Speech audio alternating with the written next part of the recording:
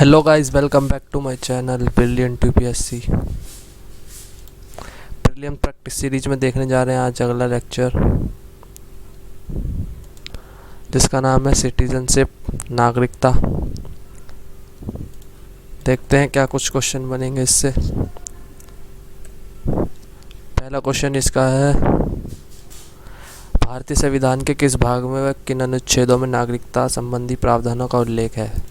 ए, भाग 1 में अनुच्छेद 1 से 4 तक, भाग 2 में अनुच्छेद 5 से 11 तक, भाग 3 में अनुच्छेद 12 से 35 तक, भाग 4 में अनुच्छेद 36 से 51।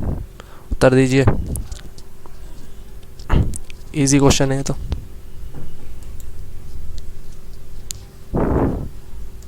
उम्मीद है आपने उत्तर दिया होगा।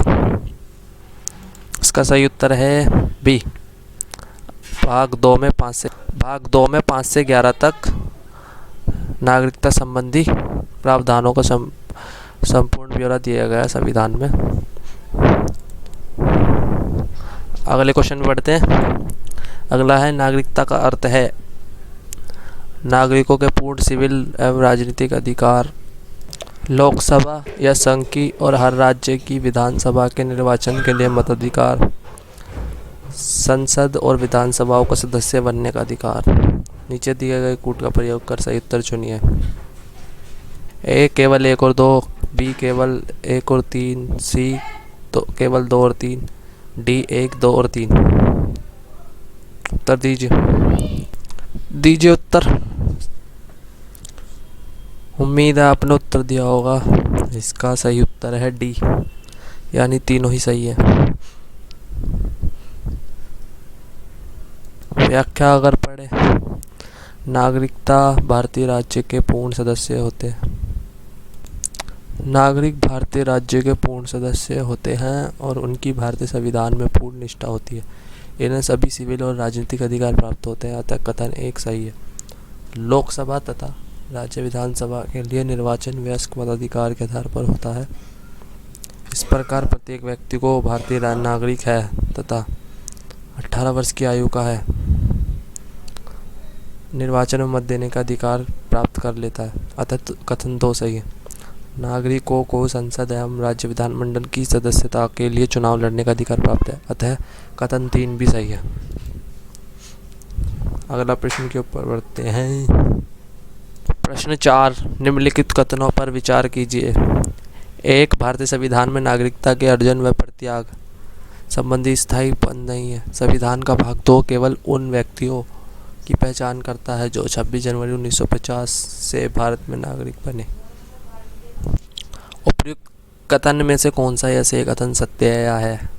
केवल 1, केवल 2, केवल 1 और 2, दोनों, डी ना तो 1 ना ही 2। उत्तर दीजिए। उम्मीद है आपने उत्तर दिया होगा। इसका सही उत्तर है सी, यानी दोनों ही सही हैं। संविधान केवल उन व्यक्तियों की पहचान करता है जो 26 जनवरी 1950 को संविधान लागू होने के समय भारतीय नागरिक बने।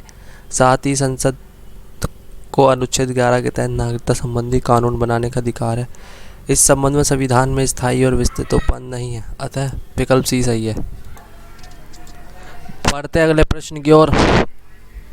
अगला प्रश्न, भारत की नागरिकता की समाप्ति के संदर्भ में निम्नलिखित कथनों पर विचार कीजिए। 1, भारत का कोई भी नागरिक केवल स्वतंत्र त्याग अथवा वंचन पृथक्करण द्वारा अपनी नागरिकता खो सकता है। भारतीय संविधान के प्रति अनिष्ठा दिखाना भारतीय नागरिकता की समाप्ति का कारण बन सकता है। उपयुक्त कथनों में से कौन सा ऐसे कथन सही है? या है केवल 1, केवल 2, 1 और 2, दोनों, ना तो 1 ना ही 2। उत्तर दीजिए। उम्मीद है आपने उत्तर दिया होगा। इसका सही उत्तर है बी। व्याख्या अगर हम पढ़ें, नागरिकता की समाप्ति के आधार, नागरिकता अधिनियम 1955 नागरिकता के परित्याग, बर्खास्तगी और वंचित होने के 3 कारणों का वर्णन करता है। अतः कथन 1 सही है। इसी प्रकार वंचित करने के आधार द्वारा यदि नागरिकता धोखाधड़ी से प्राप्त की गई हो यदि नागरिक ने भारत के संविधान के प्रति अनिष्ठा दिखाई है, अतः कथन 2 सही है। यदि युद्ध के दौरान भारतीय नागरिक ने अवैध व्यापार किया है या दुश्मन के साथ संवाद स्थापित किया है। पंजीकरण या देशीयकरण द्वारा नागरिकता के 5 साल के दौरान नागरिक को किसी अन्य देश में 2 साल तक की सजा हुई है। यदि नागरिक लगातार 7 वर्षों तक भारत से बाहर रह रहा है। अगले प्रश्न की ओर पढ़े। अगला है भारत। अगला प्रश्न है भारत की नागरिकता के संदर्भ में निम्नलिखित कथनों पर विचार कीजिए। किसी ऐसे देश के नागरिकों को जहां भारतीय नागरिकों के देशीयकरण से नागरिकता हासिल करने से रोका गया हो, किसी भी परिस्थिति में भारतीय नागरिकता प्रदान नहीं की जा सकती है। यदि कोई विदेशी क्षेत्र भारत का हिस्सा बनता है तो उस क्षेत्र के नागरिकों को भारतीय नागरिकता के अर्जन के लिए पंजीकरण हेतु आवेदन करना होगा। उपयुक्त कथनों में से कौन सा ऐसा कथन सही है? केवल एक और दो, केवल 2, ना तो 1 ना ही 2। उत्तर दीजिए। उम्मीद है आपने उत्तर दिया होगा। इसका सही उत्तर है डी, यानी ना ही 1 ना ही 2, दोनों ही कथन असत्य है।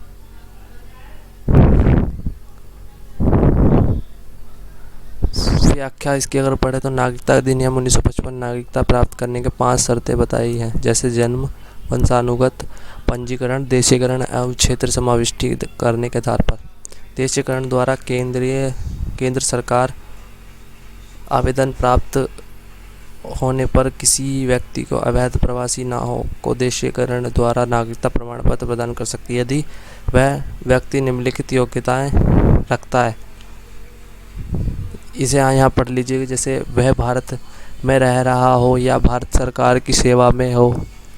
इनमें से 2 का थोड़ा कोई अन्य हो तो नागरिकता संबंधी आवेदन देने में कम से कम 12 माह पूर्व भारत निवासरत होना चाहिए। PDF में से पढ़ लीजिएगा ये पूरी। आगे बढ़ते हैं। अगला प्रश्न देखते हैं क्या है। अगला है संसद द्वारा पारित किस अधिनियम में नागरिकता के अर्जन व समाप्ति के प्रावधान है? नागरिकता अधिनियम 1955, नागरिकता संशोधन अधिनियम 1986, नागरिकता अधिनियम 2003, नागरिकता संशोधन अधिनियम 2015। उत्तर दीजिए।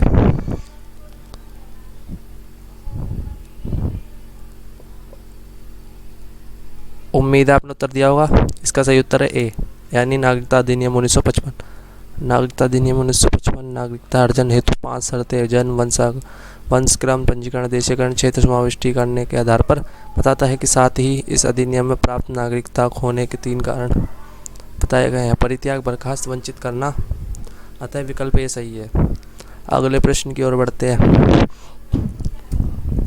अगला है भारत में रहने वाला ब्रिटिश नागरिक दावा नहीं कर सकता व्यापार और व्यवसाय की स्वतंत्रता के अधिकार का, विधि के समक्ष समता के अधिकार का, जीवन के व्यक्तिगत स्वतंत्रता की सुरक्षा के आधार का, धर्म की स्वतंत्रता के अधिकार का। उत्तर दीजिए। उम्मीद है आपने उत्तर दिया होगा। इसका सही उत्तर है ए, यानी भारत में रहने वाला ब्रिटिश नागरिक दावा नहीं कर सकता व्यापार व्यवसाय की स्वतंत्रता के अधिकार का। व्यापार और व्यवसाय की स्वतंत्रता का अधिकार के संविधान के अनुच्छेद 19 के अंतर्गत मूल अधिकार है, जो केवल भारत के नागरिकों को ही प्राप्त है। विधि के समक्ष समता अधिकार अनुच्छेद 14, जीवन की व्यक्तिगत स्वतंत्रता सुरक्षा अनुच्छेद 21 तथा धर्म की स्वतंत्रता और 25 से 28 विदेशियों को भी प्राप्त है। विकल्प ए सही है। अगले प्रश्न की ओर बढ़ते हैं। अगला है 10वां क्वेश्चन। निम्नलिखित में से वे कौन से मूल अधिकार हैं जो केवल भारतीय नागरिकों को प्राप्त है? अनुच्छेद 14, 15, 20, 21, 24, अनुच्छेद 15, 16, 20, 21, 24, 25, अनुच्छेद 15, 16, 19, 29, 30, 15, 16, 19, 25, 26। से तो आसान है, आप बता देंगे आसानी से। उत्तर दीजिए। उम्मीद है आपने उत्तर दिया होगा। इसका सही उत्तर है सी, यानी अनुच्छेद 15, 16, 19 और 29, 30 केवल भारतीय नागरिकों को ही प्राप्त हैं। ये किसी प्रकार के साझा रोक नहीं अपनाते। मूल अधिकारों के अंतर्गत केवल भारतीय नागरिकों को प्राप्त अनुच्छेद 15 केवल धर्म, मूल वंश, जाति, लिंग या जन्म स्थान के आधार पर भेद प्रतिरोध नहीं किया जाएगा। अनुच्छेद 16 लोक नियोजन में अवसर की समानता, 19 वाक की स्वतंत्रता और आदि विषय कुछ अधिकारों का संरक्षण, अनुच्छेद 29 अल्पसंख्यक वर्गों का संरक्षण और अनुच्छेद 30 अल्पसंख्यकों को अपने धर्म के प्रसार हेतु शिक्षण संस्थाओं की स्थापना करने का अधिकार है। अतः विकल्प सी सही है। अगले प्रश्न की ओर बढ़ते हैं। अगला है निम्नलिखित कथनों पर विचार कीजिए। नागरिकता अधिनियम 1955 नागरिकता अर्जन की 5 शर्तों का उल्लेख है। नागरिकता अधिनियम 1955 में नागरिकता समाप्ति के 3 आधारों की बात की गई है। ये तो अभी हमने देख लिया, इसका उत्तर तो आसानी से दे देंगे। उपरोक्त में से कौन सा ऐसे कथन असत्य है? केवल 1, केवल 2। असत्य पूछ रहा है, ध्यान दीजिएगा।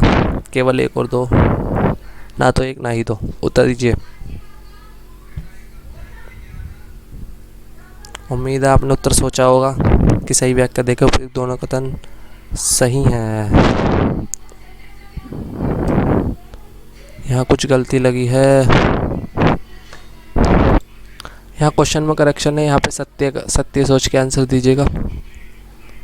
तो उपयुक्त में से दोनों कथन सही है। नागरिकता अधिनियम 1955 के अंतर्गत नागरिकता के अर्जन व समाप्ति के प्रावधान है। ध्यातव्य है कि जो व्यक्ति जन्म के आधार पर भारत का नागरिक है उसे किसी भी स्थिति में नागरिकता से वंचित नहीं किया जा सकता। अगले प्रश्न की ओर बढ़ते हैं। अगला है प्रवासी भारतीय नागरिक कार्ड OCI धारकों के संदर्भ में निम्नलिखित कथनों पर विचार कीजिए। इन्हें सार्वजनिक रोजगार के मामले में अवसर की समानता का अधिकार प्राप्त है। ये कृषि अथवा बागान संपत्तियों का अधिग्रहण कर सकते हैं। All India pre medical test में भाग ले सकते हैं। उपयुक्त में से कौन सा है? से कथन सही है या है? केवल 1 और 2, 2 और 3, केवल 3। उपयुक्त सभी। उत्तर दीजिए। उम्मीद है आपने उत्तर दिया होगा। इसका सही उत्तर है सी, यानी केवल 3 इसमें सही है। यानी अनुच्छेद 16 के तहत प्रवासी भारतीय नागरिक OCI यानी को सार्वजनिक रोजगार में अवसर की समानता का अधिकार नहीं है, केवल भारतीय नागरिक को प्राप्त। अतः कथन 1 सही नहीं है। विदेशी भारतीय नागरिकों को कृषि और बागान संपत्तियों के अधिग्रहण के अतिरिक्त आर्थिक, वित्तीय और शैक्षणिक क्षेत्र में उपलब्ध सुविधाओं में बराबरी का अधिकार रहता है। कथन 2 सही नहीं है, जबकि कथन 3 सही है। अगले प्रश्न की ओर बढ़ते हैं। अगला है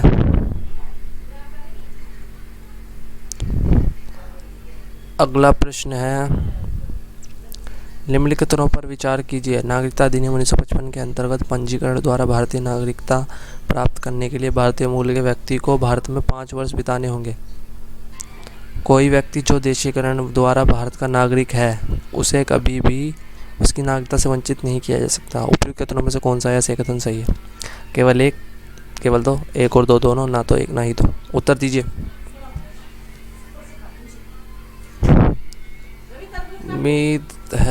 उम्मीद है आपने उत्तर दिया होगा। इसका सही उत्तर है डी, ना ही 1 ना ही 2।